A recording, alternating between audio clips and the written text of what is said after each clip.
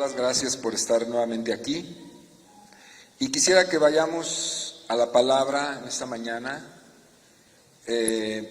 Allá en el libro de Génesis, le pido por favor que vaya al capítulo 12 de Génesis.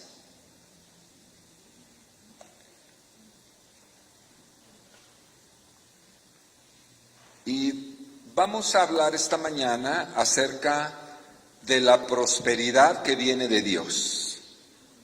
La prosperidad que viene de Dios. ¿Le parece bueno el tema? ¿Le parece interesante? Tal vez le sorprenda lo que vamos a hablar esta mañana. Vamos a hablar acerca de la prosperidad, no la que conocemos acá en la tierra, no la que comúnmente uno dice, vaya que esa persona es próspera, ¿verdad? No vamos a hablar solo de eso, tocaremos algún punto, pero vamos a hablar de otra prosperidad, la prosperidad de origen divino, la prosperidad que trastoca todo lo que somos, que tiene que ver con todas las esferas de nuestra existencia. ¿Le parece bien? Vamos a leer en el capítulo 12, versículo 1, dice: Pero Jehová había dicho a Abraham: vete de tu tierra y de tu parentela y de la casa de tu padre a la tierra que te mostraré. Y haré de ti una nación grande y te bendeciré y engrandeceré tu nombre y serás bendición. Bendeciré a los que te bendijeren y a los que te maldijeren los maldeciré. Y serán benditas en ti todas las familias de la tierra. Un momento ahí. La historia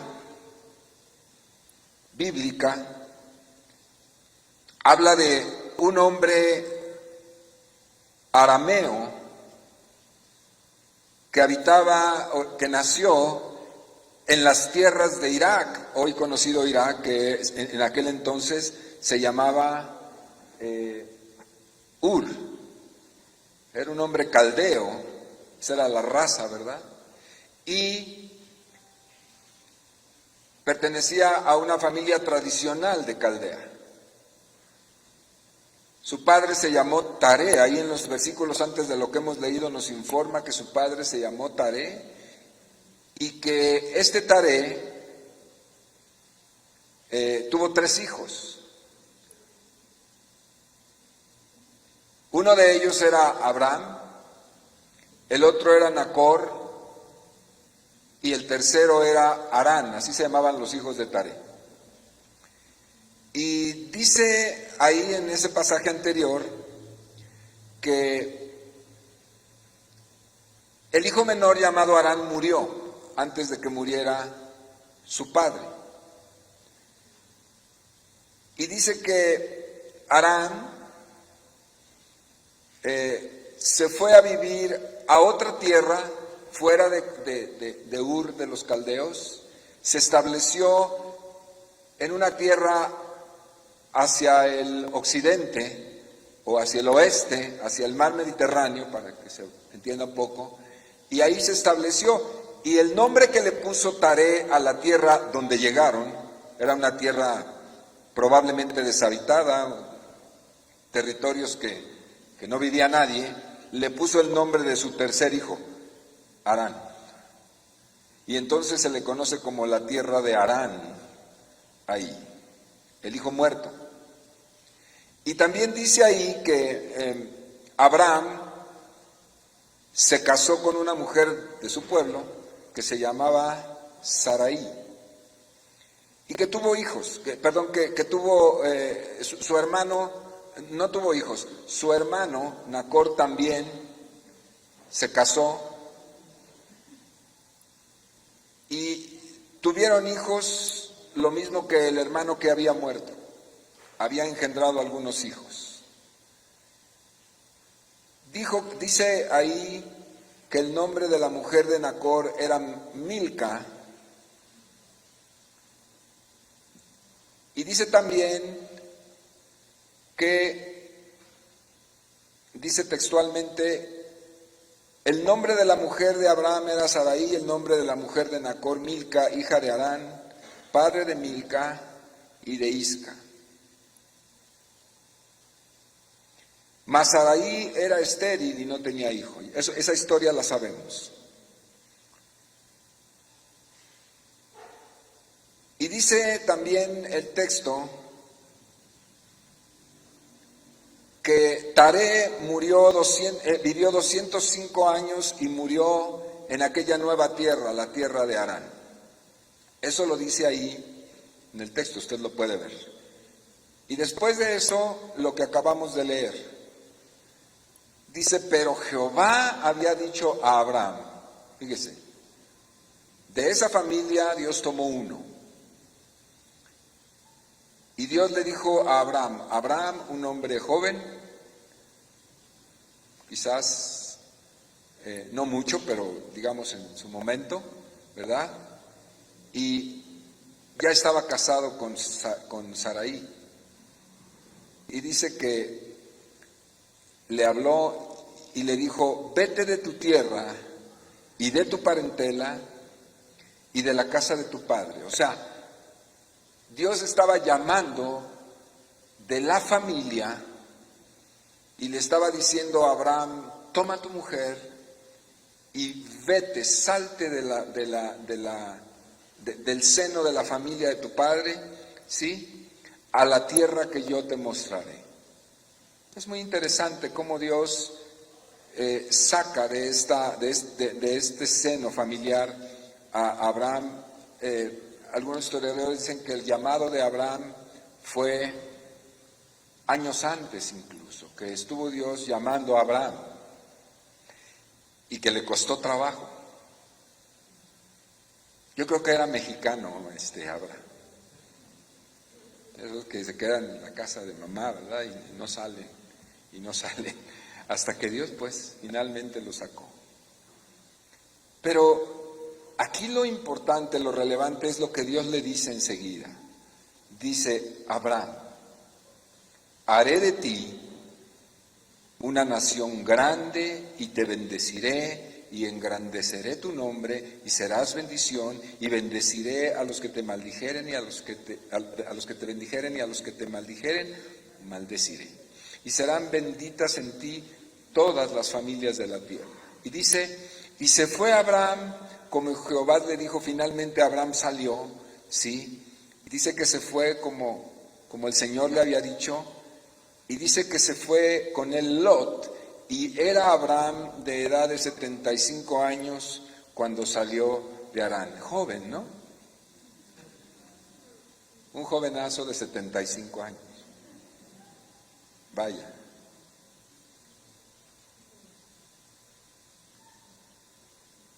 ¿Qué pensará el Señor que de repente toma gente tan mayor para hacer prodigios y cosas grandes? Hay veces que tenemos 60 o 50, cuando nos empieza a doler las rodillas, entramos a la edad de oro porque no me den reumas, oro porque no me duela la espalda, oro porque no me dé diabetes, ¿verdad?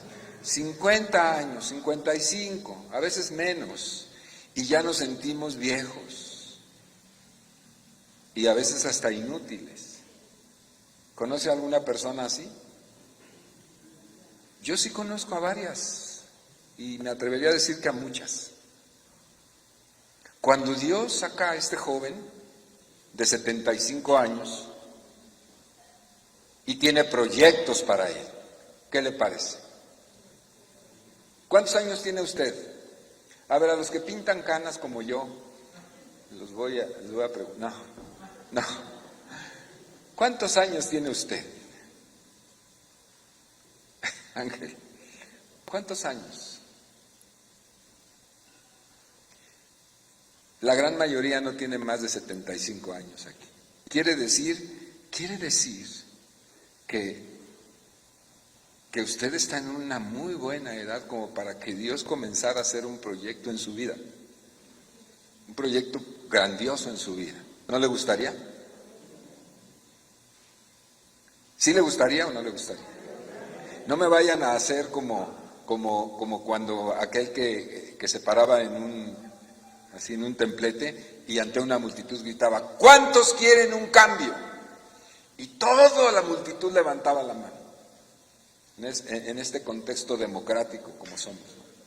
Y la siguiente pregunta es: ¿y cuántos de ustedes quieren cambiar? Nadie levantó la mano.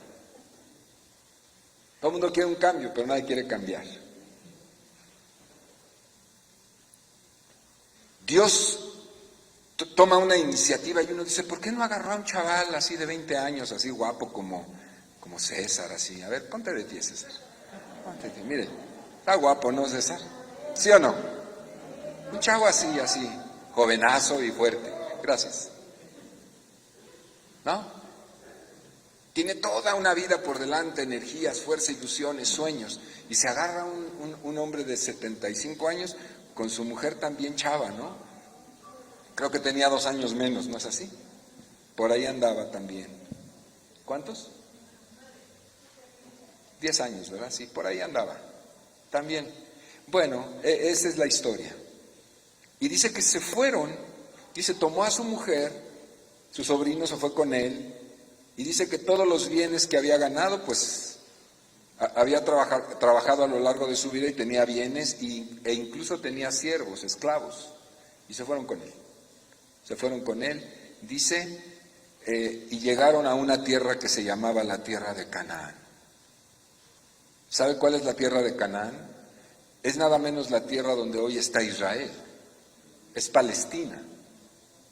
Le pusieron Palestina para tratar de borrar toda la historia hebrea, judía, y le cambiaron el nombre a la tierra para que nadie se acordara de Israel, pero eso es imposible.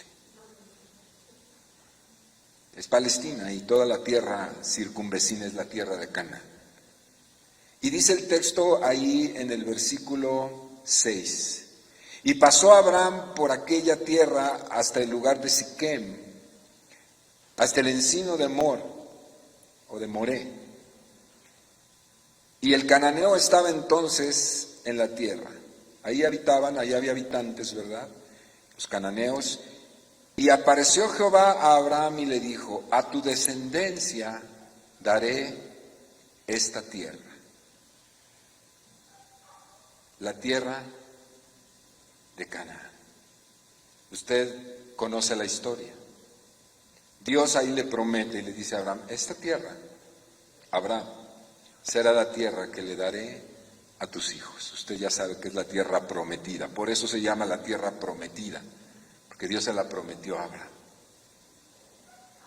Y le dice, y edificó allí un altar a Jehová quien le había aparecido. Luego se pasó de allí a un monte al oriente de Betel y plantó su tienda, teniendo a Betel al occidente y a Jai al oriente, y edificó allí altar a Jehová, e invocó el nombre de Jehová, y Abraham partió de allí caminando y yendo hacia el Negev. Y hubo entonces hambre en la tierra, y descendió Abraham a Egipto para morar allá, porque era grande el hambre en la tierra. Recopilemos un poco. Dios saca a Abraham, saca su familia nuclear, su esposa, solamente un sobrino y el resto son sus siervos, y saca sus pertenencias, algunos animales, y lo hace caminar por el desierto hacia no sé dónde, sin ni un rumbo fijo. Dios sí sabía, Abraham no. Y se convirtió entonces de ser un hijo de familia en una tierra establecida, se convierte en un nómada que anda por los desiertos, y eso es muy difícil. Y ahí va caminando a través del tiempo, ¿verdad? Pasa el tiempo y Abraham está viviendo ahora en el desierto tras un llamado verdaderamente incierto. ¿Sí lo nota? Y para colmo, viene por aquellos lugares, en todas las regiones, viene una hambruna terrible. Viene una hambruna terrible. Antes de seguir, quiero decirle que la riqueza en aquellos tiempos se tasaba básicamente en dos cosas, la riqueza. En animales, en ganado, y parte también en cosecha. Abraham, como era un nómada ya ahora, ya no podía tener cosecha ni granos. Lo único con lo que contaba eran con ovejitas, machos cabríos, quizá con algunos bueyes, con animales. En eso consistía lo que tenía, los recursos de Abraham. Vamos entendiendo eso, ¿no?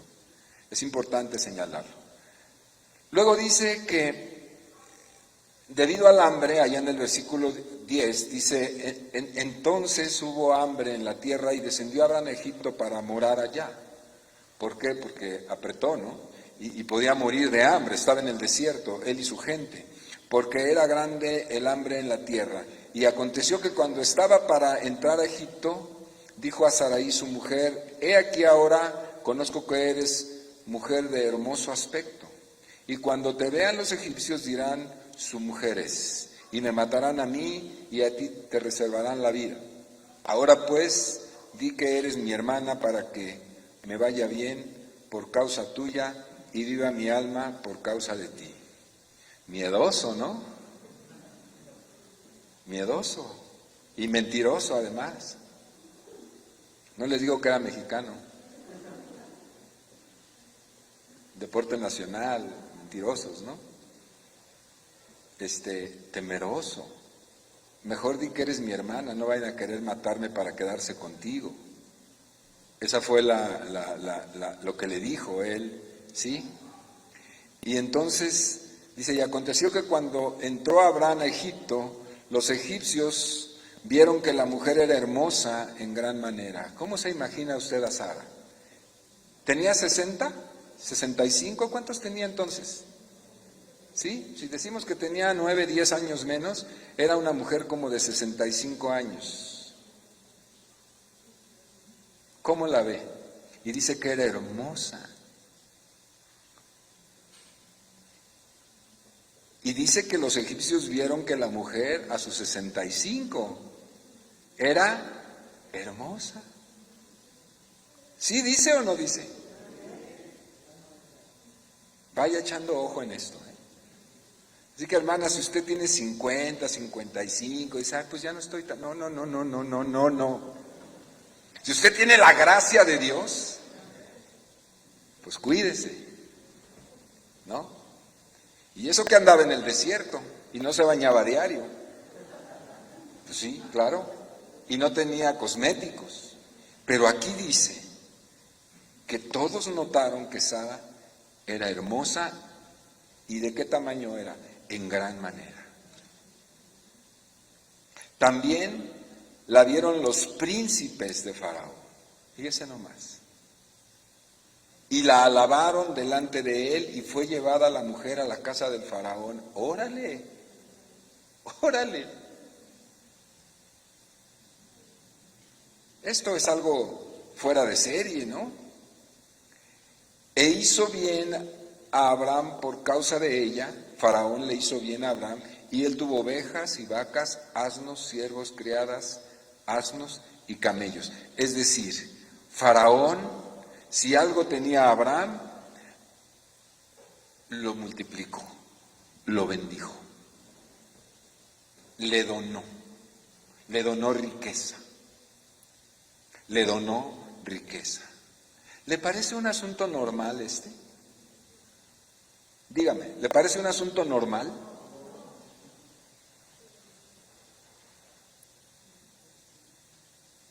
No era un asunto normal.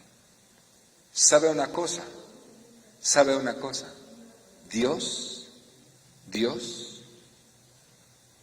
puso gracia en Sarai, una gracia sobrenatural de una mujer de 65 años para que todos los que la veían, incluidos los príncipes de Egipto, pudieran hallar gracia en ella. Y eso hizo, porque Dios así hace las cosas, de una manera o de otra, Dios hizo que la riqueza de Abraham se multiplicara.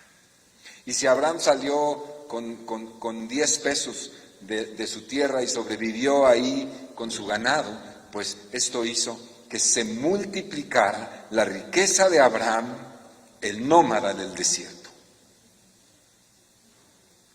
Esto no era normal, no era un asunto normal. Déjeme decirle algo.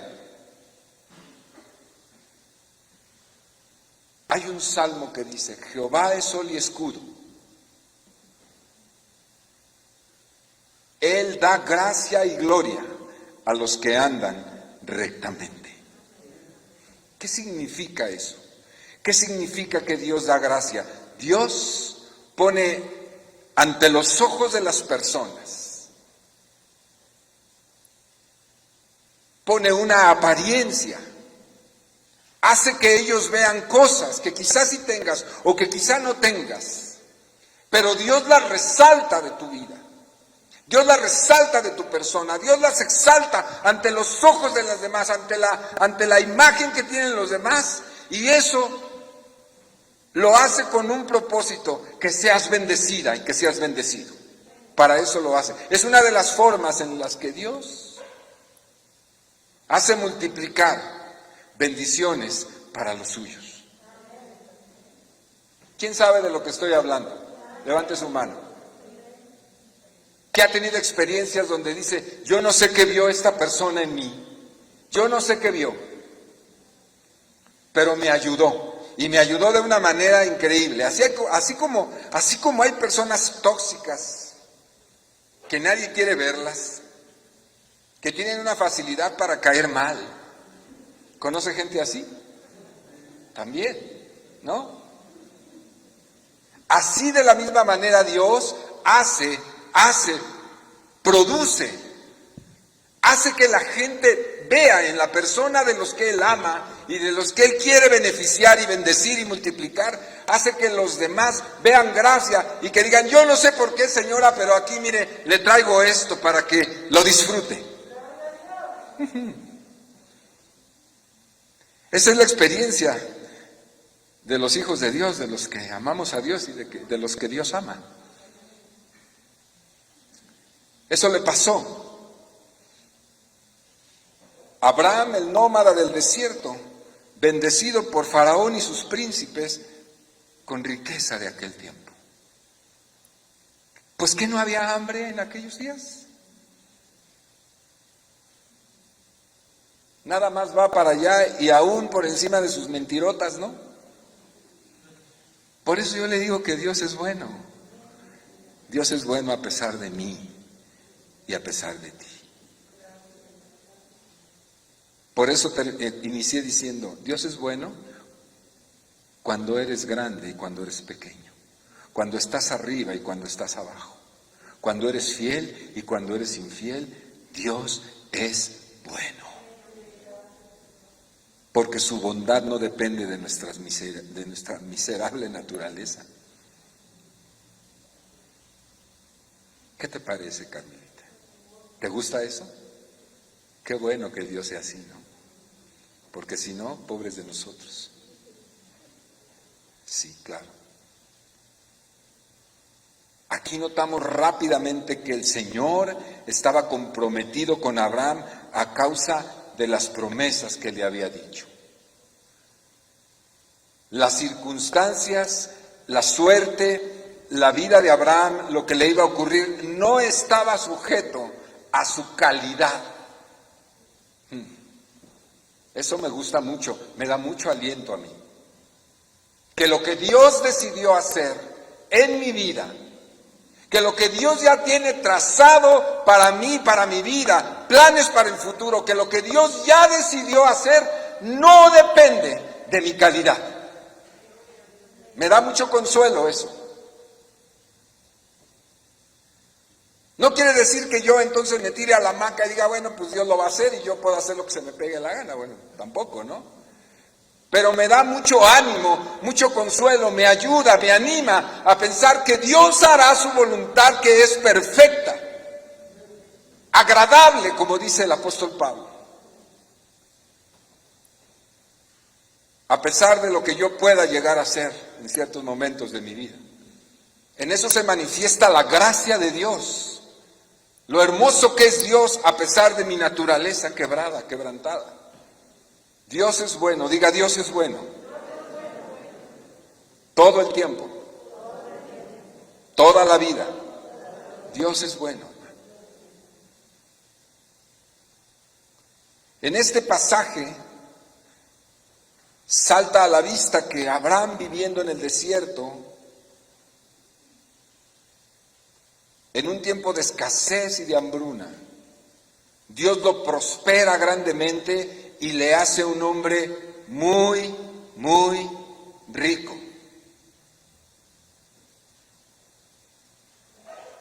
Prueba de ello es que tuvo Abraham que separarse de su sobrino a causa de la abundancia de sus bienes. Es una paradoja esta historia. Es una paradoja. El hombre en el desierto, donde no hay agua, donde no hay árboles, donde no hay comida, donde no hay nada. Dios lo bendice, lo prospera. Su ganado se multiplicaba de una manera inexplicable. Y dicen varios textos de la historia, aquí en el Génesis dice que Abraham era muy rico, no dice que era rico, dice que se enriqueció en gran manera. Es decir, era un hombre que vivía en la opulencia para su contexto. ¿Cómo se explica usted, cómo me explico yo, que en medio del tiempo del desierto, de la escasez, del hambre, un hombre se enriquezca de esa manera? Solamente la gracia de Dios. Solamente la gracia de Dios. Nosotros estamos viviendo tiempos desérticos, en un sentido. Y tiempos también, si usted no lo ha notado, de escasez, un poco, un tanto. Por eso es pertinente entender esto. Que Dios en medio del desierto no quitará el bien de los que andan rectamente. No te preocupes, Lulu, no te preocupes, tú tienes un Dios que prosperó a un hombre con todo y su familia y sus siervos en medio de la nada. Precioso mensaje, precioso mensaje. Génesis 13:1 dice, subió pues Abraham de Egipto hacia el Negev, él y su mujer y todo lo que tenía, y con él Lot, su sobrino. Y Abraham era riquísimo. Ahí por favor nótelo, subráyelo, resáltelo, ¿sí? Y Abraham era riquísimo en ganado, y no nada más en ganado, miren nada más, ¿qué dice? ¿De dónde sacó Abraham todo eso? Si no era. La Biblia dice que sacó su mujer, sus sobrinos, sus chivas, sus 2 criaditas y vámonos. Pero dice que aquí está diciendo que ya para este entonces, ya habían pasado algunos años caminando en el desierto, y en lugar de empobrecer como era lo lógico, dice que lo enriqueció en gran manera con ganado, con oro y con plata. Aleluya. Diga, esto no es normal. Dígalo, esto no es normal.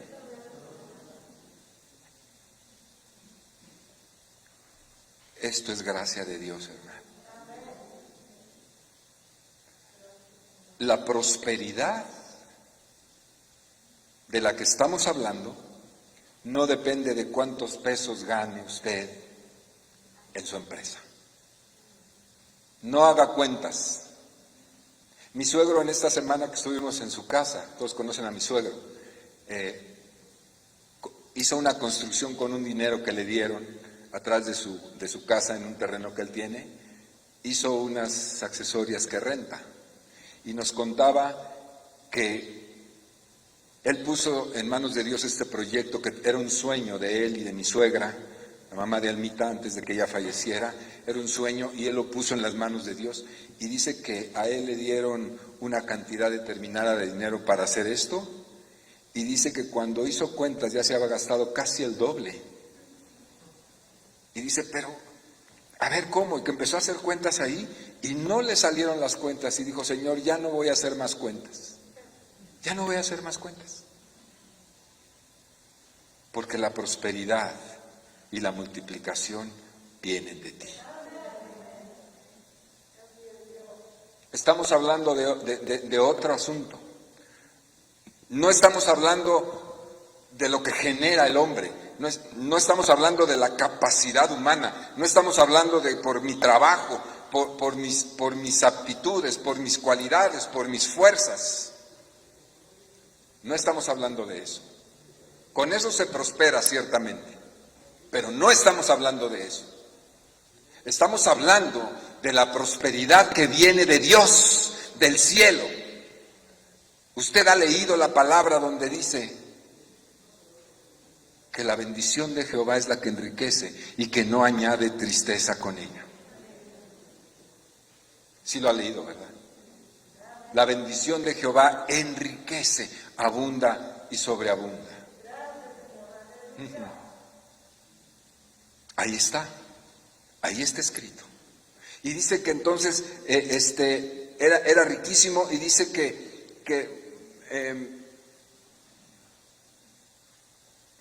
y volvió por sus jornadas desde el Negev hacia Betel, hasta el lugar donde había estado antes su tienda en Betel y en Jai, al lugar del altar que había hecho allí antes, e invocó allí Abraham el nombre de Jehová. Una de las características de Abraham era que en medio de su riqueza, en medio de su opulencia, no perdía la sencillez y no perdía la capacidad de agradecer a Dios las bendiciones que le daba. Eso es algo clave que ahorita vamos a hablar, muy importante, muy importante. Entonces, ahí va la historia. No se aburra, por favor, le tengo un mensaje muy hermoso. Dice, también Lot, que andaba con Abraham, tenía ovejas, vacas y tiendas. Estoy en el versículo 5. Y la tierra no era suficiente para que habitasen juntos, pues sus posesiones eran muchas, subráyelo ahí, sus posesiones, tanto las de Abraham como las de Lot, eran muchas, y no podían morar en un mismo lugar. Y hubo contienda entre los pastores del ganado de Abraham y los pastores del ganado de Lot, y el cananeo y el fereceo habitaban entonces en la tierra. Entonces Abraham dijo a Lot, no haya ahora altercado entre nosotros dos, entre mis pastores y los tuyos, porque somos hermanos. No está toda la tierra delante de ti, yo te ruego que te apartes de mí. Si fueres a mano izquierda, yo iré a la derecha, y tú a la derecha, si fueres, yo iré a la izquierda. Es decir, agarra tu camino, chavo. Agarra tu camino, Lot, yo te amo, eres mi sobrino, todo está bien, no esperemos a que haya problemas. Agarra tu camino y vete con tu riqueza a una buena tierra. Y ahí nos mandamos un WhatsApp, nos saludamos, una llamada telefónica, ¿verdad? Una carta, lo que quieras, pero mejor dejemos las cosas en paz y agarra tu camino, todo está bien. Y entonces dice que sí, Lot se fue. Y se fue a vivir nada menos ni nada más que a la tierra de Sodoma. Usted ha oído hablar de esa tierra, sí, la que se quemó, la que Dios hizo caer fuego por el pecado que había. De ahí viene sodomía, es decir, homosexualismo. Ahí se fue a meter. Y ya estaba el asunto de la sodomía, y vivían en gran pecado en ese lugar. Para allá se fue Lot sin saberlo, quizás se fue a vivir para allá con todo y su familia. Pero dice que en ese tiempo que ya habitaba Lot en ese lugar, dice el texto, lo voy a contar para abreviar, dice que hubo una guerra entre Sodoma y Gomorra, que eran ciudades hermanas y vecinas, y otras dos ciudades, tuvieron una guerra contra 5 reinos, encabezados por un rey que se llamaba Kedorlaomer, ese era el nombre. Y dice que los reyes aliados de Kedorlaomer pelearon contra Sodoma, Gomorra y otras 2 ciudades, y dice que los vencieron, los derrotaron. Y entonces este rey, Kedorlaomer, fue y tomó el botín que se acostumbraba a tomar después de la guerra, se llevó todos los bienes, todos los animales, y se llevó a todas las personas. Y entre las personas que se llevó, se fueron ahí Lot y su familia. Quedaron atrapados a causa de la guerra. Pero dice también el texto que cuando Abraham fue enterado de este asunto, de que su sobrino había sido capturado por causa de esta guerra por el rey Kedorlaomer, dice que armó a su gente. ¿Cuánta gente tenía? Pues no tanta como los ejércitos.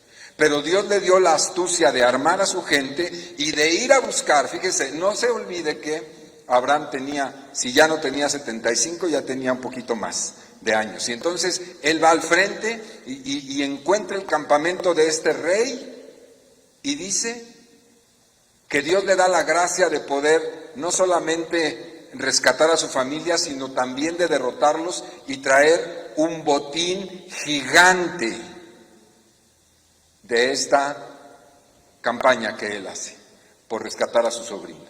Es decir, se trajo un gran botín, Dios le dio la gracia, Dios le dio la fuerza, Dios le dio la capacidad para poder ir a rescatar a su sobrino. Yo no entiendo muy bien cómo pasó eso. Un ejército que derrota 4 reinos y Abraham va y les arrebata a la familia de Lot. No entiendo eso. Y además les arrebata bienes y riqueza. Si usted lo medita, no es lógico. ¿Verdad que no es lógico? Pues no es lógico. Como tampoco fue lógica la guerra de los 6 días en la década de los 60. Dios es así. ¿Usted ha oído de la guerra de los 6 días? ¿De la guerra milagrosa? Ya en el tiempo en que habíamos nacido muchos de nosotros. Dios hace las cosas así y lógicas. En esta guerra de hace solo unas pocas décadas, en los años 60, solamente para información y para que usted vea que Dios no es lógico en este asunto. Más bien, el hombre no le encuentra la lógica a Dios. Eso es más correcto decirlo. En la guerra de los 6 días, un ejército 50 y tantas veces más poderoso, más fuerte, más grande que el incipiente Estado de Israel, que el país de Israel, que era un país pequeñito, chiquitito, con pocas armas, con pocos aviones, con poca fuerza militar, y todo alrededor del mundo árabe queriendo echar los cuerpos de los judíos al mar. Así se los prometieron: los vamos a matar y echaremos sus cuerpos al mar Mediterráneo y ahí van a morir. No, ya los habían matado. Ahí se van a quedar. Y comenzó la guerra de los 6 días. Y en una estrategia verdaderamente incomprensible, por la gracia de Dios, este pequeñito pueblo de Israel destruyó terriblemente un ejército 50 veces mayor que el de ellos. Estamos hablando de... Usted ya vivía, usted es una persona más o menos de mi edad, usted ya vivía, ya usted no. Estamos hablando de que Dios es el mismo ayer, hoy, y lo seguirá siendo por los siglos, porque Dios es el Todopoderoso. Aleluya. No lo veo tan emocionado, o sea, el frío, pero a mí me emociona, yo me caliento aquí con este asunto. Así fue de incomprensible. Hasta hoy nadie sabe qué fue lo que pasó en la guerra de los 6 días. Nadie lo puede comprender. Le llamaron la guerra milagrosa. Véalo, búsquelo ahí en YouTube o donde usted lo quiera documentarse. Búsquelo en la historia moderna. Búsquelo, ahí está. Algunos testifican que de los que fueron derrotados decían: es que venían con ángeles. Es que venían miles de soldados cuando eran 4 o 5. ¿Qué fue lo que pasó? No lo sabemos, no lo saben ellos, ni siquiera los judíos mismos saben cómo fueron ayudados. Lo único que sí saben, y tuvieron que reconocer a algunos de los soldados que decían: yo no soy creyente, soy judío, pero no soy creyente. No soy creyente, yo no soy religioso, pero aquí hubo un milagro.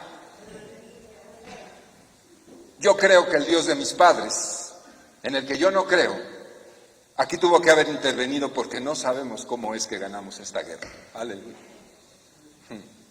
Así aquí, Abraham fue, le arrebató de las manos a Kedorlaomer, a Lot y a su familia, y le arrebató riqueza. Dice que los venció.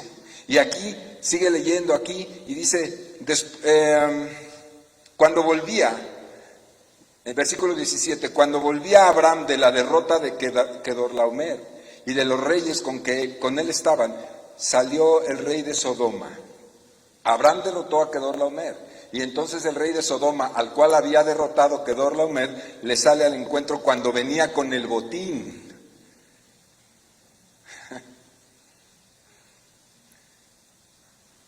Dice que salió a recibirlo del valle de Sei, que es el valle del rey. Entonces Melquisedec, aquí sale un personaje de repente ahí. De repente dice, entonces Melquisedec, rey de Salem y sacerdote del Dios Altísimo, sacó pan y vino. ¿Quién era Melquisedec? Un hombre. Era un rey, el rey de Salem. Salem era Jerusalén, lo que hoy es Jerusalén. El rey de Salem. Dice, y no solo era rey, sino que era sacerdote. En aquel tiempo, un rey no podía ser sacerdote, ni un sacerdote podía ser rey. Pero este era rey y sacerdote. Ahí lo dice el texto. El texto hebreo, no cristiano, lo dice. Por tanto, esta era una de los tipos, de la sombra de lo que vendría a ser Jesucristo. Sacerdote, rey, profeta. Eso lo dice el autor de Hebreos después. Dice, ese Melquisedec que salió al encuentro de Abraham no era otro sino Jesucristo, personificado en su preexistencia. Pero bueno, dice que este hombre, rey y sacerdote, sale al encuentro también aquí con Abraham y dice, me perdí aquí, sí, aquí estoy. Y sacó pan y sacó vino, es decir, vamos a celebrar, señores, esta increíble victoria sobre los enemigos de nuestros pueblos. Y le bendijo diciendo, escuche, bendito sea Abraham del Dios Altísimo, creador de los cielos y la tierra, y bendito sea el Dios Altísimo, que entregó tus enemigos en tu mano. Y le dio a Abraham los diezmos de todo.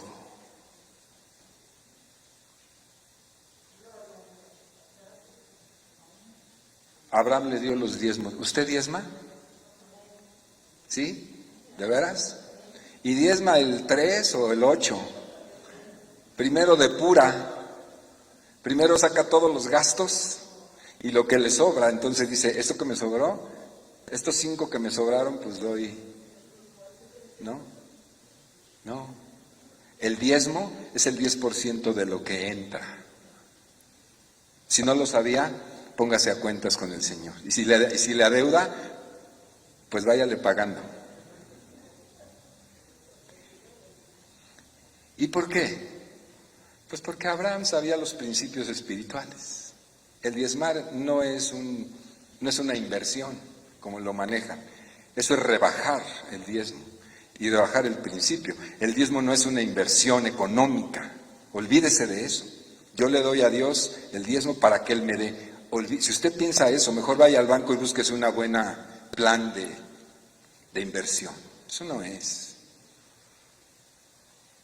El diezmo es un principio. El diezmo es un principio. Usted le regresa a Dios de lo que reconoce que le dio. Es un principio. Abraham le diezma a Melquisedec porque reconoce la bendición de Dios. ¿No dice aquí que era riquísimo? ¿No dice que era riquísimo? ¿Y se trajo toda esa riqueza? Yo no sé cuánto sería lo que se trajo. Dice, de todo lo que ganó, le dio el 10%, se lo dio. No le dijo, espérame, déjame ver, gasté en lo que le di de comer al ejército y luego en la ropa que gastaron, las armas que se rompieron ahí en la batalla, y entonces lo que se me sobró, te saco el 10% y te lo doy. No, dijo, traigan el 10% de todo esto que hemos ganado y se lo vamos a dar y a ofrecer al sacerdote, al rey de Salem. Ese es el principio, no lo tuerza, si no mejor no de nada. Se lo digo, si usted está jugando con eso, mejor no de nada. Digo, no es algo que yo le diga, lo dice la palabra. Está jugando, está haciendo trampa. Y no estoy enojado. Ok, entonces ahí va. Dice que le dio el 10%.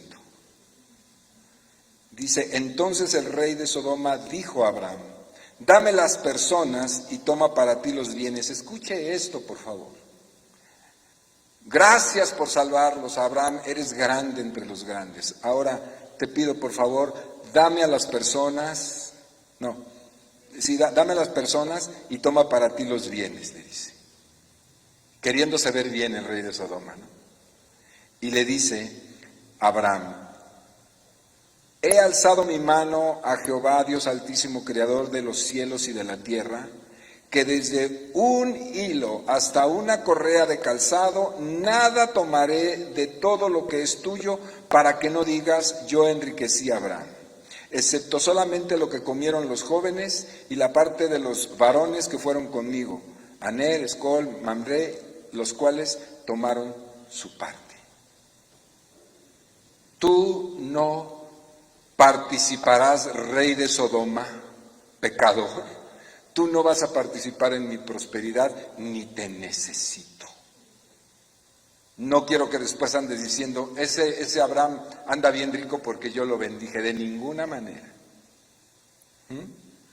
A mí el que me bendice es el Dios de los cielos y de la tierra. Todopoderoso, es el que se encarga de mi economía, es el que se encarga de mi riqueza, es el que se encarga de mi prosperidad. Soy próspero porque Dios es el Dios fiel de Abraham, de Isaac, de Jacob. Soy próspero. De Él viene. Yo no dependo de nadie, no dependo de los hombres. Yo dependo de la gracia de Dios. Es de lo que está diciendo aquí Abraham. Aleluya. ¿Sí lo está viendo? ¿Sí está padre el pasaje? ¿Sí? Está glorioso. Y luego dice, más adelante, le dice, bueno, aquí terminó el versículo 24, y déjeme hacer una pequeña pausa aquí. Vemos cómo Dios, en medio del desierto, enriquece a Abraham claramente.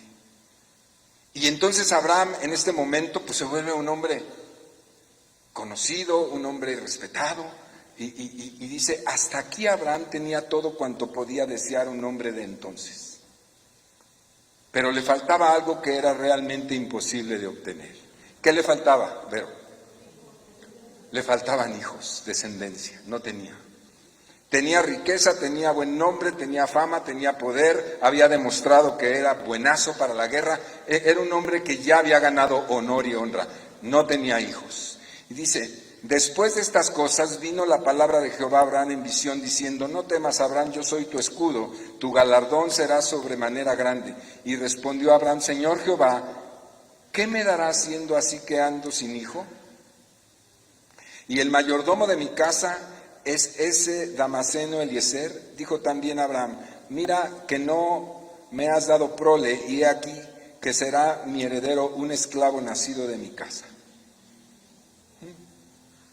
Pues todo está muy bien, Señor, tengo muchas riquezas y todo está bien, Padre, y me has engrandecido y has cumplido tu palabra. Pero mira, todo esto que me has dado, no será otro el que lo herede, sino el hijo de un esclavo, y eso no me gusta, no me has dado hijos. Luego vino a él la palabra de Jehová diciendo, no te heredará este, sino que un hijo tuyo. Ahí está el milagro, la promesa del milagro. Un hijo tuyo será el que te heredará. y lo llevó fuera y le dijo, mira ahora los cielos y cuenta las estrellas si las puedes contar. Y le dijo, así será tu descendencia. Y creyó a Jehová y le fue contado por justicia. Aleluya. Ya sabía Abraham que era un hecho, porque todo lo que le había prometido, así había sido. Y dice que Abraham le creyó a Dios. Un imposible. Abraham ya había sido testigo de la gloria, de la gracia, de la misericordia de Dios. Dijo, Dios me sacó y en medio del desierto, en medio del hambre, en tiempos difíciles, en tiempos de pandemia, en tiempos donde todo dice que está mal, Dios me bendijo, Dios me prosperó, Dios está conmigo. Y lo hizo sobrenaturalmente, contra la lógica humana, contra la mentalidad cuadriculada, contra la mentalidad que todo lo calcula, que dice así será 2 más 2. A mí no me interesan las matemáticas, yo tengo un Dios que prospera en medio de la necesidad y en medio de la escasez. Y dijo, claro que te creo, claro que te creo.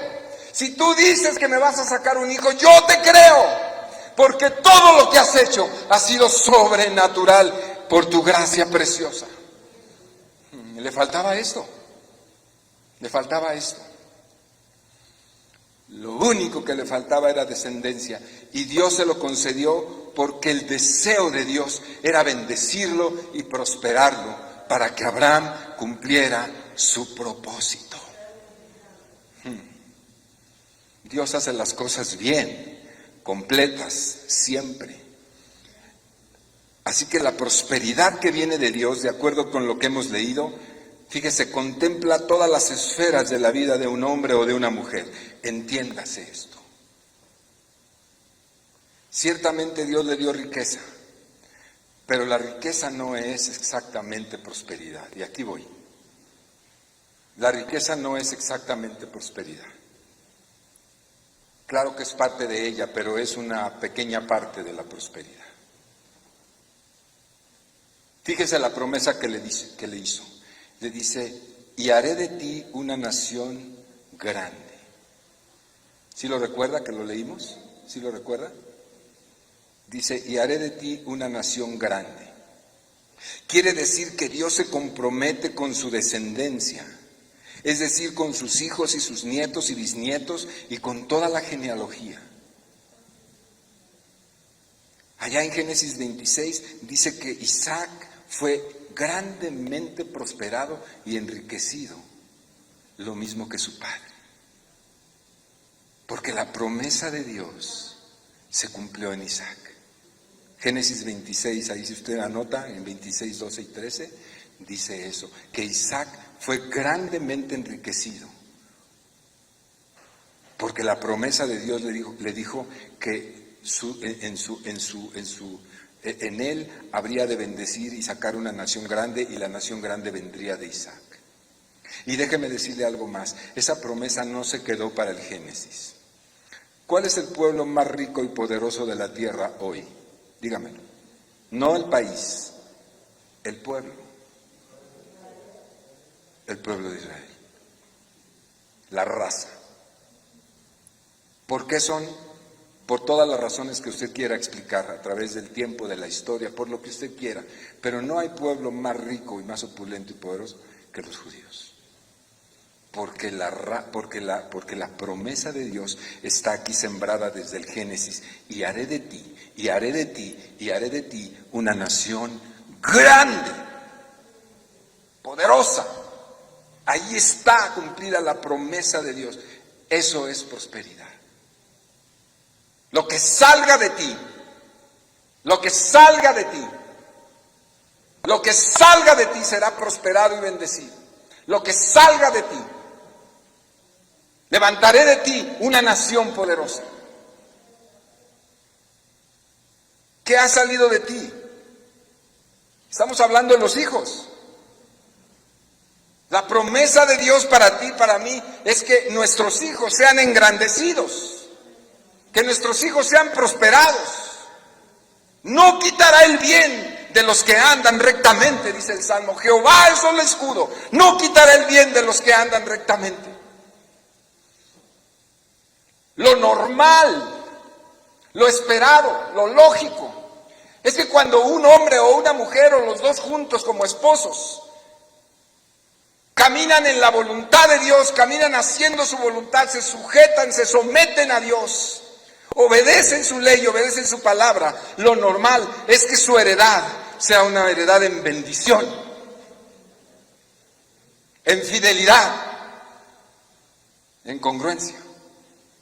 Haré de ti, Abraham, una nación grande. Y luego dice, y te bendeciré. ¿Qué significa y te bendeciré? Hay quienes dicen hoy, en este tiempo, pues que te bendiga Dios es que te dé un carro último modelo y una casa acá en Condado Saavedra y que te... No, espéreme. No rebajemos la idea de te bendeciré. En Génesis capítulo 1, 27, 27 y 28, hay una palabra poderosísima respecto a esto. Escúchenme. Dice la palabra de Dios ahí en el primer capítulo que Dios hizo los cielos y la tierra, hizo todo lo que existe y que creó las bestias del campo, terminó la obra. Y luego dice que hizo al hombre y a la mujer, a Adán y a Eva.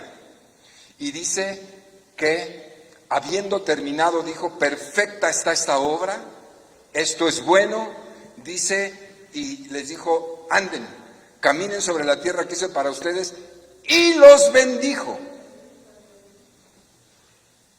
¿Qué significa eso?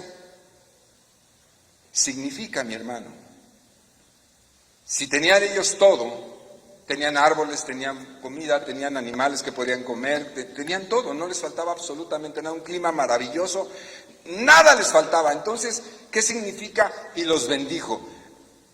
¿Qué significa? Significa que Dios caminó con ellos.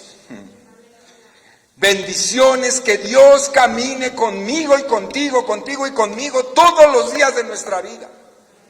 Eso es bendición. Bendición es su presencia en medio de mi vida, en medio de mi persona, en medio de mi familia. Su presencia que todo lo suple, que todo lo restaura, que todo lo sana. Su presencia en medio de nosotros es bendición. Y los bendijo. Dice ahí el Génesis capítulo 1. Les dio todo lo que podían desear, lo que podían necesitar. Suplió todas las necesidades que ellos podían tener y además los bendijo. Es decir, se quedó con ellos. Su presencia habitaba con ellos. No confunda la palabra con bienes materiales. Bendición es que Dios camine con nosotros todos los días de nuestra vida. Todos los días de nuestra vida. Por eso es tan importante tener familias cristianas. Para que Dios no se haga a un lado. Familias cristianas, donde la presencia de Dios es lo primero, es lo primordial. La presencia de Dios. Aquí no mando yo, aquí no manda ella. Lo voy a repetir. Aquí no mando yo. Tampoco ella. Ni Alma ni yo. Aquí manda la voluntad de Dios Jesucristo. Él es el que manda. Y en esta condición preciosa, ¿quién sufre? Dígamelo. ¿Quién es humillado? Dígamelo. ¿Quién se siente de segunda? Nadie. Porque el que lleva la voz cantante ahí es el Señor. Es todo un tema ese. Los bendijo. Dios en medio de nuestra sala, Dios en medio de nuestro comedor, Dios en nuestra recámara, Dios en nuestra intimidad, Dios en nuestras relaciones con nuestros hijos, Dios en medio. Cuando Dios empieza a gobernar, hermano, la casa se ilumina, los gritos se terminan, las humillaciones cesan, las heridas se sanan, la escasez sale huyendo y la riqueza comienza a hacer su aparición en medio de nosotros, porque donde Dios está, todo vive. Aleluya. Vea, no estamos hablando de lo material, eso es prosperidad. Aquí, si alguien se te acerca y te dice, ¿tú eres próspero? Pues yo pensaba que sí, porque gano 150,000 pesos mensuales. No tienen ni idea de lo que te están preguntando. Gano 500.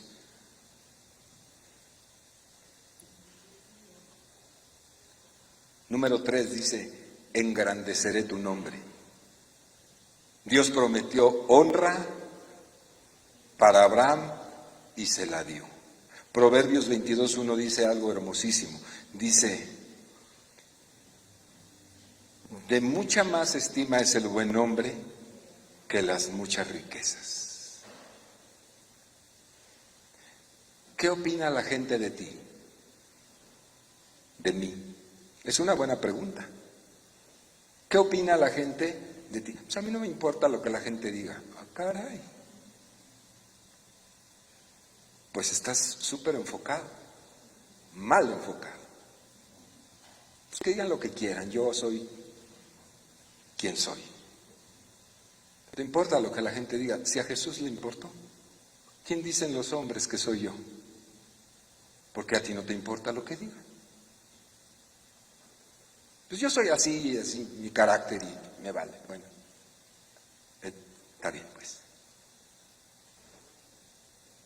Pero la honra está en función de la opinión de los demás.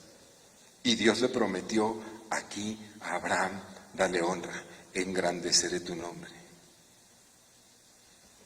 Te daré honra, te daré respeto de los demás, te daré reconocimiento de los demás. Eso es engrandecer el nombre de alguien. Yo le invito a usted, pregúntese, ¿usted es una persona que la gente le tiene en gran estima? ¿La gente le reconoce y le honra? ¿O le tiene temor? ¿O le da el avión, como dicen los chavos? Dale por su lado. Dios le dio un nombre hermoso y una honra preciosa a Abraham. Una persona que es honrosa, se le abren las puertas de todos lados. ¿Sabía usted? Sí lo sabe, porque Dios ha puesto honra en usted. Se le abren las puertas de todos lados. No necesita mucho dinero. Si usted es una persona amada, respetada, querida, reconocida, las puertas de muchos lugares se le abrirán. Este año pasado que estuve en España, yo soy testigo de cómo nuestro pastor Raúl, con una llamada, se le abrían las puertas de las ciudades de España. Se nos abrían las puertas. Hermanos, es increíble. Él hablaba y decía, íbamos a Sevilla, en Sevilla, hermano, fulano, pastor, vénganse aquí, los estamos esperando, vénganse. Y llegábamos, éramos 4, mugrosos de andar todo en coche, ven en las carreteras de allá de España, y llegábamos todos sudados, pasen hermanos, pueden bañarse aquí, y en unos lugares impresionantes, por la gracia y la honra y el honor que tiene nuestro pastor en aquellos lugares. Nos invitaban a comer y déjame decirle entre paréntesis, nos ahorramos un montón de euros. Y luego hablaba a otra ciudad y ya lo estaban esperando y lo iban a buscar y nos trataban de una manera maravillosa porque había honra en el nombre de un hombre, porque Dios le ha dado esa gracia. No sé si me estoy explicando. Usted no necesita demasiado dinero, necesita caerle bien a la gente. Y para caerle bien a la gente, hermano, usted necesita la gracia de Dios. Porque nosotros somos desgraciados, es decir, sin gracia. Pero Dios nos da gracia. Y entonces la cosa cambia. Pues es lo que le pasó a Sara, no lo estamos diciendo. Halló gracia el rey, los príncipes de Faraón hallaron gracia. Engrandeceré tu nombre. Aleluya. Qué hermoso esto. Luego dice, y serás bendición. Estoy trazando lo que leímos hace un rato. Dice, y serás bendición. Esto es bien bonito, porque la bendición de Dios que prospera a los hombres y a las mujeres, eso que Dios da, escúchelo, Escuche, yo sé que puede costarnos trabajo porque somos occidentales, porque tenemos una mentalidad de occidentales, y la mentalidad occidental se programó para ser egoístas, para ver nada más por tu santo, como dicen tradicionalmente, para ver por lo tuyo, nada más venga para acá, ¿no? Es muy difícil entender eso. Yo le pido al Señor que nos ilumine para entenderlo. Pero dice, serás bendición. Dios estará contigo y te va a multiplicar y te va a restaurar y te va a hacer mucho bien para que seas bendición para los demás. Yo le quiero plantear aquí una pregunta, que también es para mí. ¿Usted es bendición para los demás? ¿De alguna manera? ¿Usted es alguien preocupado y ocupado por alguien más que no sea usted mismo o los 3 o 4 que habitan con usted? ¿Verdaderamente le importa a la gente? ¿O se importa a usted? ¿Vive para usted? Es una pregunta importante esta, porque lo que Dios le está dando, porque lo que Dios le está bendiciendo y lo está prosperando y está haciendo por usted, si eso no fluye para otros, porque esa es la idea de Dios, es como un caño tapado y todo lo que contiene ahí se pudre y no fluye. No sé si me estoy explicando. Necesita fluir para que Dios dé más y más y más y más, como un río. Necesita fluir. Entonces usted dice, no, yo aquí, no, ni la ofrenda, no, ni el diezmo, no, hombre, si ni me alcanza. No te alcanza porque no ves más allá de tu nariz. ¿Cómo te va a alcanzar? Si el Dios de toda prosperidad está aquí diciéndote, pruébame, mano. Probadme, decía el profeta Malaquías, probadme ahora en esto y verás si no abro las ventanas de los cielos y derramaré bendición hasta que sobreabunde. Hijo, qué promesa tan poderosa. Es la única circunstancia, el único momento en el que Dios le dice al ser humano, pruébame.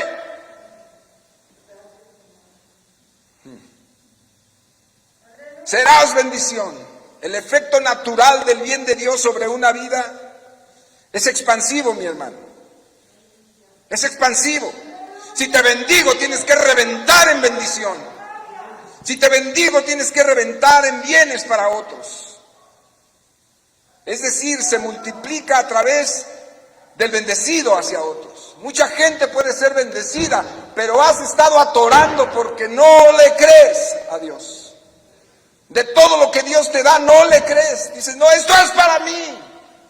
Me costó mi tiempo, me levanté temprano, ¿por qué le voy a dar?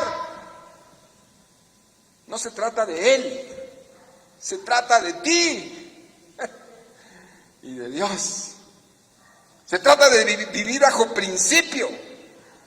La escasez viene cuando no se entiende este poderoso principio. Jesús dijo, más bienaventurado es dar que recibir. Y ese es el principio fundamental del dar. No es el dinero, no son los 5,000, no son los 1,000, no son los 10,000. Es el principio, es el corazón que va por delante. Si soy o no soy, ahí se prueba. Si soy, doy. Y si no soy, no doy. Punto. Ahí está clarísimo. Porque la promesa es que serás bendición. Te doy para bendecir. Lo vemos no solo en Abraham, que fue bendecido su pueblo, su gente, sino también lo vemos en el rey David. Mira, hermano, a mí me fascina el libro de los Reyes, no sé a usted, a mí me fascina el libro de los Reyes, porque todo lo que cuenta ahí es aplicable a mi vida. Y una de las cosas que noto mucho en el libro de los Reyes, que es un paralelo de Crónicas, es que Dios en muchas ocasiones le dice al tataranieto o al tataranieto de David, y se lo dijo a Roboán, que era su nieto directo, y se lo dijo a Salomón, que era su hijo. Les dijo, te voy a hacer el bien, y te voy a bendecir, y vas a conquistar, y vas a ganar, y no te castigaré, por amor a mi siervo David. Eso es ser bendición. Que cuando yo me muera, que cuando ya no esté en esta tierra, Dios le haga bendiciones a mi esposa, la prospere. Y si ya no está mi esposa, a mis hijas. Nada les va a faltar, nada absolutamente les va a faltar en su vida, nada les va a faltar.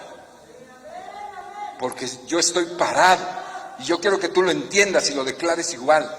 A mis hijos nada les va a faltar porque soy un hombre y soy una mujer que estoy parado sobre las promesas de que la bendición de Dios que cayó sobre mí habrá de ir sobre muchos otros y dispersaré la bendición de Dios. Ese es el mecanismo. Si lo amarras, amarras la bendición a tus hijos. Piénsalo. De veras. Es una ley hasta natural, hermano. Un doctor de hace muchos años, el doctor Eusebio Aranda, un doctor que tiene un hospital, era padre de unos compañeros míos de la universidad, de la Facultad de Medicina. El doctor Eusebio vino del pueblo con su maletita y hizo carrera de medicina en aquellos tiempos y se hizo rico el doctor. En aquellos tiempos los médicos podían hacerse ricos. Y tenía muchas propiedades, vivían ellos en Sayavedra y tenían Chiluca casas y tenían ranchos y tenían muchas cosas, ¿no? Y el doctor murió. En ese hospital nació Debbie, mi hija, en el hospital del doctor Eusebio. Nació Debbie y el doctor murió. Y les vino una ruina porque los hijos pues eran juniors. Eran juniors los hijos y la verdad es que cuando un hijo es un junior, pues es un destinado al fracaso. Cuando no está bien enseñado. Hay juniors que mis respetos, pero los que viven así como papaloteando, pues esos fracasan y se vuelven pobres, y eso sucedió con sus hijos. Y la señora se vio en un punto donde tuvo que ir al banco llevaba las escrituras del hospital, que había generado toda la riqueza. Y estaba en el banco ahí, sentada esperando porque ya iba a ser la transacción esta, una hipoteca. Y en una de esas pasa un señor y le dice, señora,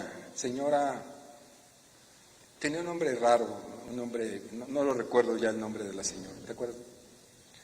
Bueno, y le dices, señora, ¿cómo está? Qué gusto verla. Ay, don fulano, pues aquí, mire, vengo a hacer qué gusto, y comenzaron a platicar. Qué gusto. Y total que en esa plática, en tanto que ella esperaba, él le dijo, cómo lamento la pérdida del doctor. Era tan buena persona, era una persona tan generosa, tan bondadosa el doctor. Dice, él me atendió a mis 4 hijos, me atendió a mi esposa de mis 4 hijos de que nacieron, y estábamos tan pobres en aquella época. Está aquí en Inguarán, aquí en el Congreso de la Unión, el hospital. Dice, éramos tan pobres. Dice, yo le dije, doctor, no tengo para pagarle. No te preocupes, cuando puedas me pagas. Era un hombre generoso. Y yo estoy muy agradecido con él. Dice, sí, pues él ya murió. Dice, ¿y qué le trae por aquí al banco? Dice, pues mire que estoy por hipotecar ya el hospital porque caímos en una situación. Dice, usted no va a hipotecar ese hospital. ¿Cuánto necesita? 300,000 pesos. Téngalos, aquí están. Por honrar la memoria de su esposo.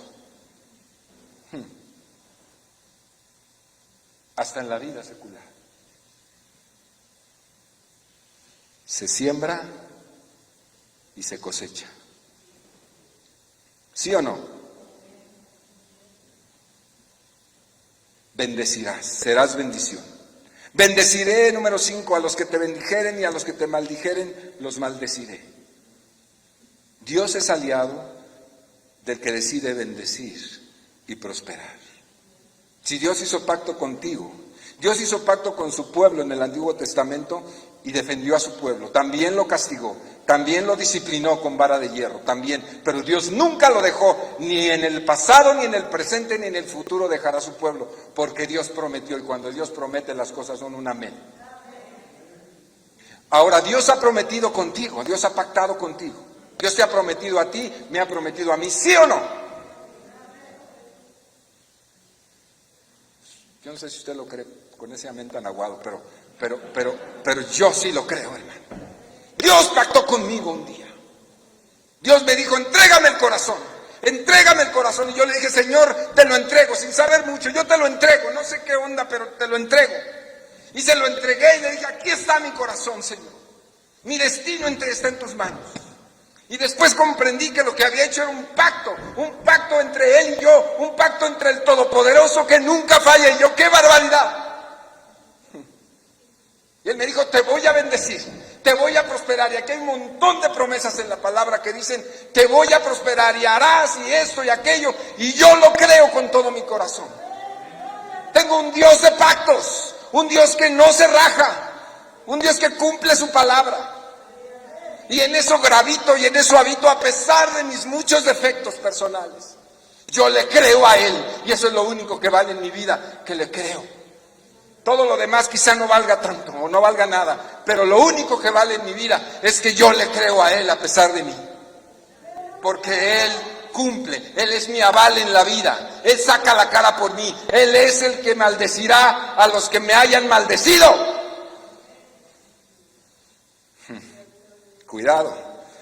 Cuidado con meterse conmigo y contigo.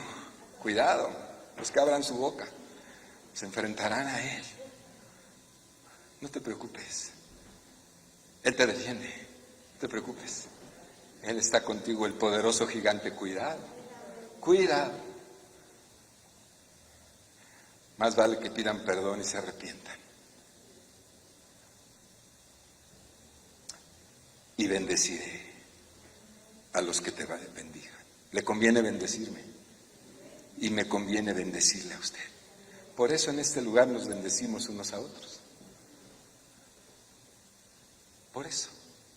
En este lugar no se maldice a nadie. En este lugar no se habla mal de nadie. Porque estamos conscientes de esto. Yo hablo mal de otro, le estoy maldiciendo. Y Dios me maldecirá. Mejor lo bendigo para que Dios me bendiga. Por eso nosotros jamás maldecimos a nuestros hijos. ¿Verdad que no? Nunca maldecimos a nuestros hijos, jamás. Porque entendemos este principio. Ni a nuestra esposa. Ni de palabra, ni de hecho. Porque Dios nos maldecirá si lo hacemos. Y viviremos malditos con maldición sobre esta tierra. ¿Qué poder hay en esto?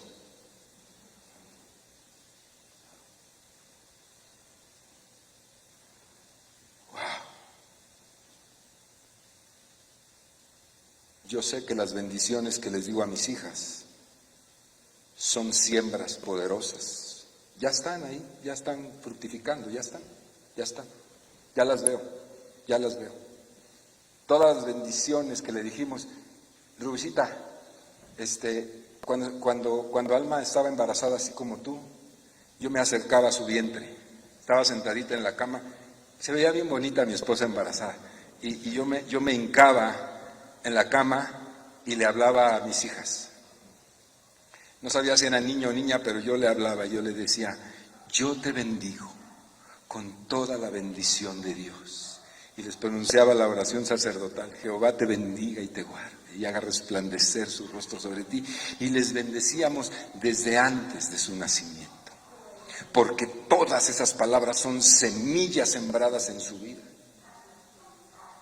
Por eso no le puedes decir a tu hijo ni de broma, ni de chiste, eres un tonto, eres un idiota, eres esto, no vales, no sirves, porque esas son maldiciones que los atan para siempre. Y el único que puede desatar esto es Jesucristo en sus vidas. Si no, nadie lo podrá hacer. Y si no buscan a Cristo, vivirán atados el resto de su vida, porque tú como padre los ataste. A tu esposa, a los tuyos. Bendeciré a los que te bendigan y maldeciré a los que te maldigan. Qué fuerte es esto. Y serán benditas en ti todas las familias de la tierra. Ahí está hablando de Cristo. Ahí está hablando de la promesa. Le sacaré un hijo, Isaac, Jacob, Judá. Y toda la genealogía de Judá, pasando por el rey David, por el rey Salomón, por su abuela Rahab, pasando por todos ellos hasta María, ¿verdad? Y de ahí sacar a Jesús, el Salvador del mundo, y en Él somos bendecidas todas las familias de la tierra. Aleluya. Póngase de pie. Póngase de pie.